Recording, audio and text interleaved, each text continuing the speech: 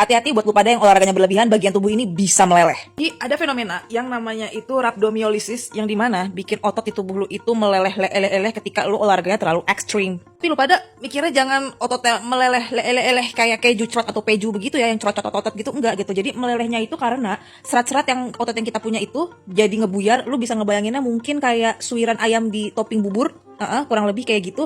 Dan itu cairan-cairan yang dalam otot itu seketika rembes alias keluar.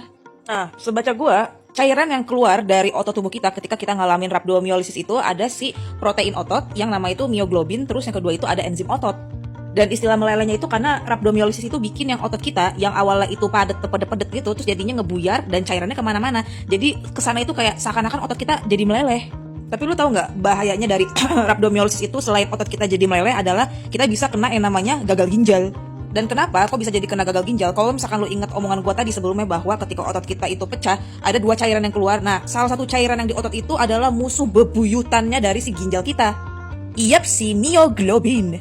Selain ginjal kita itu musuhan sama myoglobin, ketika kita kena rhabdomyolysis itu kan cairannya kan jadi ngebludak ya. Dan kerjanya ginjal itu dia jadi kayak overwork gitu loh. Dia jadi, aduh anjay ini cairannya banyak banget, gimana ya gue bisa ngefilternya, gimana ya gue bisa ngolahnya. Dan akhirnya karena kewalahan itu, cairan-cairan yang rembes dari otot kita keluarlah melalui urin, dan urin kita warnanya itu berubah jadi coklat peket. Kayak lu tuh bikin, misalnya ya, semisal kayak lu bikin teh celup gitu, cuman yang lu celupnya lama banget, nah itu sampai keruh coklat hampir kehitaman. Nah, warnanya kurang lebih kayak gitu.